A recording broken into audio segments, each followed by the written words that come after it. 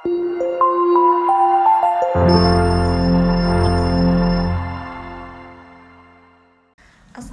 warahmatullahi wabarakatuh. Perkenalkan, nama saya Rizky Fitriasila dengan NPM 1001010216072 dari Fakultas Syariah, Prodi Hukum Ekonomi Syariah.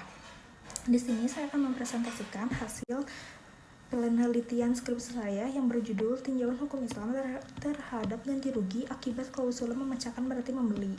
Yang pertama adalah latar belakang dari masalah. Jual beli itu sudah ada pada zaman Rasulullah SAW. Namun, tidak semua jual beli itu diperbolehkan dalam Islam. Salah satu jual beli yang tidak diperbolehkan dalam Islam adalah jual beli dengan transaksi mulamasah, yaitu di mana apabila kita memegang suatu benda, kemudian penjual tersebut mengatakan bahwa benda tersebut menjadi milik kita dengan harga sekian, belinya. Transaksi ini tidak diperbolehkan karena di dalamnya terdapat paksaan. Kemudian di masa ini ada transaksi yang hampir mirip dengan transaksi mulamasah, yaitu transaksi yang diakibatkan oleh klausul memecahkan berarti membeli. Salah satu minimarket yang menggunakan klausul tersebut adalah Indomaret Bojong Soang, di mana perusahaan menuntut konsumen apabila mereka memecahkan suatu barang maka wajib untuk membelinya dengan harga yang sudah ditentukan. Namun transaksi ini tuh dimaksudkan sebagai ganti rugi. Seperti yang telah kita ketahui bahwa ganti rugi merupakan sebuah kewajiban dalam Islam. Terdapat dalam kaidah fikih nomor 13 mengenai perbuatan merusak barang orang lain hukumnya sama. Perbuatan merusak barang orang lain hukumnya sama apakah terjadi karena kesengajaan, ketidaktahuan ataupun lupa. Kaidah ini bermaksudkan siapapun yang merusak barang orang lain dan menyebabkan kerugian maka dia wajib untuk menggantinya. Maka dari itu saya tertarik untuk meneliti ini karena hukum dari transaksi ini tuh masih dipertanyakan karena di lain sisi, transaksi ini tuh hampir mirip dengan transaksi mulamasah. Namun yang membedakannya, transaksi mulamasah itu terjadi karena kesengajaan, sedangkan transaksi akibat klausula ini tuh terjadi karena ketidaksengajaan. Selanjutnya ada rumusan masalah dari penelitian ini. Yang pertama, bagaimana sistem ganti rugi akibat klausul memecahkan berarti membeli di Indomaret Bojong Soang. Yang kedua, bagaimana tinjauan hukum Islam terhadap ganti rugi akibat klausul memecahkan berarti membeli di Indomaret Bojong Soang.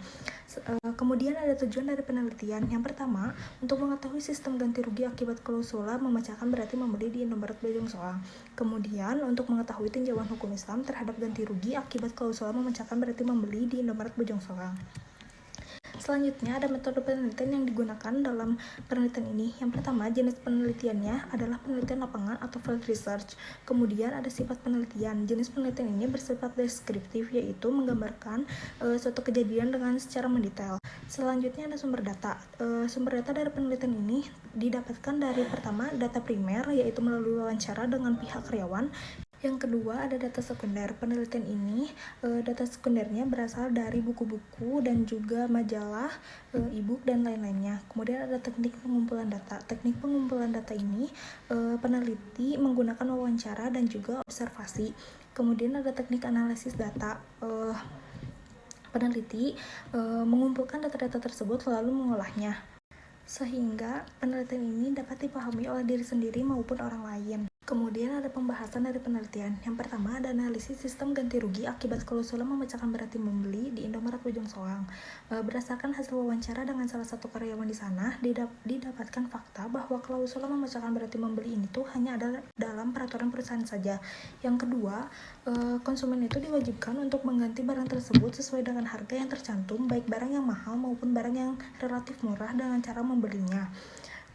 Kemudian dapat ditarik kesimpulan bahwa sistem ganti rugi di Indomaret Bojong Soang ini masih bersifat memaksa karena tidak adanya negosiasi atau toleransi atas suatu perbuatan yang dilakukan oleh pihak konsumen sehingga diperkirakan menimbulkan suatu kerugian bagi pihak lain. Kemudian ditinjau dari hukum Islam terhadap ganti rugi akibat klausul memecahkan berarti membeli di Indomaret Bojong Soang.